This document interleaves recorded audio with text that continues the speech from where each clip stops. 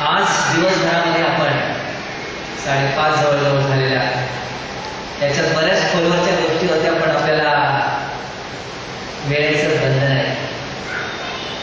ते 7 त्या ठिकाणी बऱ्याच आणखी डिटेल्स आहेत.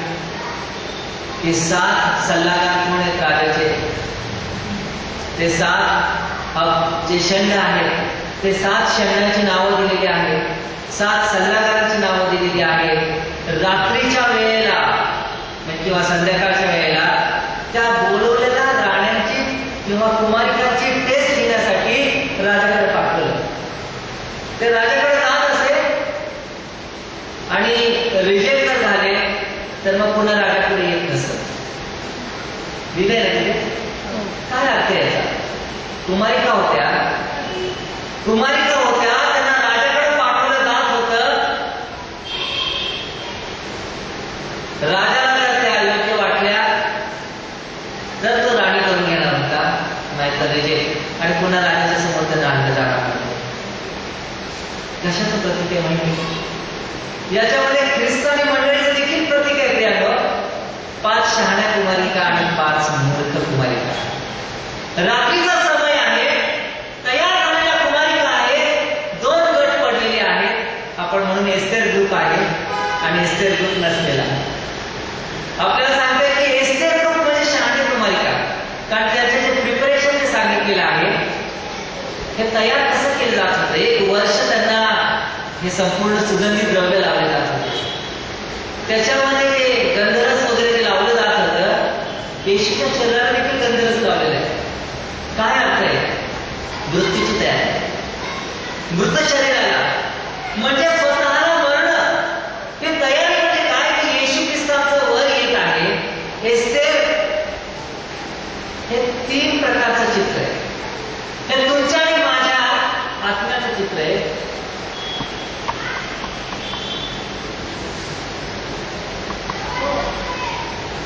एस्तेर हे तुमच्या आणि माझ्या आत्म्याचं चित्र आहे.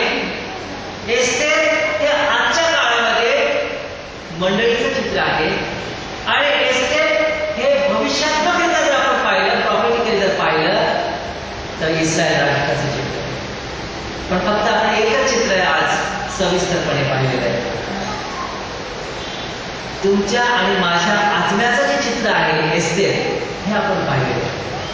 पण एस्तेर हे अतिशय सुंदर असं पिक्चर आहे, चित्र आहे, दर्शक आहे ख्रिस्ताच्या वधूचं देखील. आजच्या काळासाठी लागू करायचं झालं तर वास्तविक पाहता हे इस्रायलसाठी चित्र आहे, भविष्यात्मक चित्र आहे. पण आज जर आपल्याला त्याचं जर ऍप्लिकेशन पाहिजे असेल, आज त्याचं जर आपल्याला लागूकरण पाहिजे असेल, तर एस्तेर हे ख्रिस्ताच्या एका सुंदर, अतिसुंदर अशा वधूचं चित्र. या वधूमध्ये कोणते गुण असले पाहिजे एस्तेरमध्ये दिलेले आहे, परंतु 5:45 होत आलेले आहे. त्यामुळे आज हे उरलेलं चित्र जे आहे ते आपल्याला घेता येणार नाही.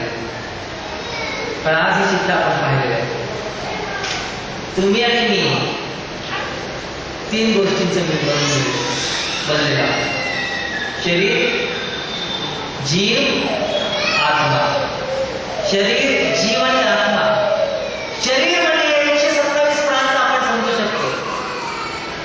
अहेश्वरश राजाचे 127 प्रांतावर त्याची सत्ता चालत होती, म्हणजे आपल्या शरीरावरती सत्ता चाललेली. पण कुणाची?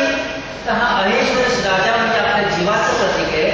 आणि हा जीव जो आहे हा आपल्या संपूर्ण व्यक्तिमत्वावरती सत्ता चालवतो, आपल्या विचारशक्तीच्या द्वारे, आपल्या इच्छाशक्तीच्या द्वारे आणि आपल्या भावना शक्तीच्या द्वारे. या 3 गोष्टीच्या द्वारे आपण निर्णय घेत असतो. आपल्या शरीराला घातक निर्णय तरी असतात किंवा शरीराला वाचणारे निर्णय असतात. हा निर्णय घेण्याचा अधिकार त्या जीवाला आहे, सोल ज्याला म्हटलेला आहे.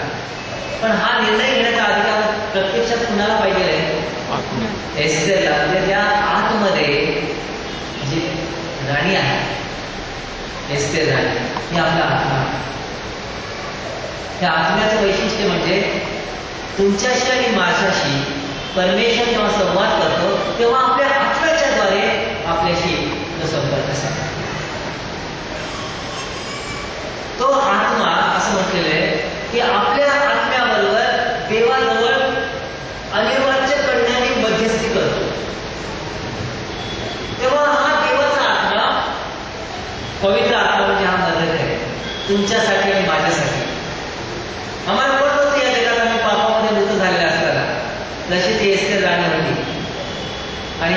बहिणीचं संगोपन केलं.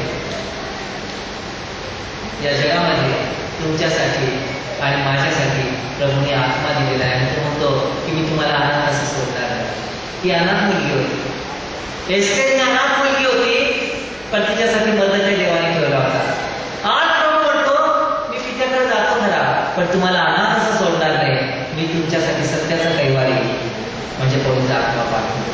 हा आमचा मर्तकाय जो आहे, त्या मर्तकायाच्या हातात आम्हाला अंगठी घालायची आहे प्रियानो. आणि त्यासाठी आम्हाला हा निर्णय करावा लागेल. मी राजाकडे जाणार, मी या जीवाला नियंत्रणात आणणार. मी मेरे if I perish I perish.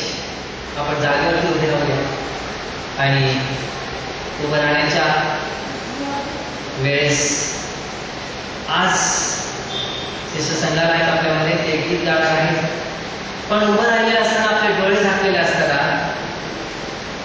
आम्ही परीक्षण करणार आहे थोडा वेळ की इतके वर्ष आम्ही जगलो खरं कुणाच्या इच्छेने जगलो, देहाच्या दैही स्वभावाच्या का आत्मिक स्वभावाच्या.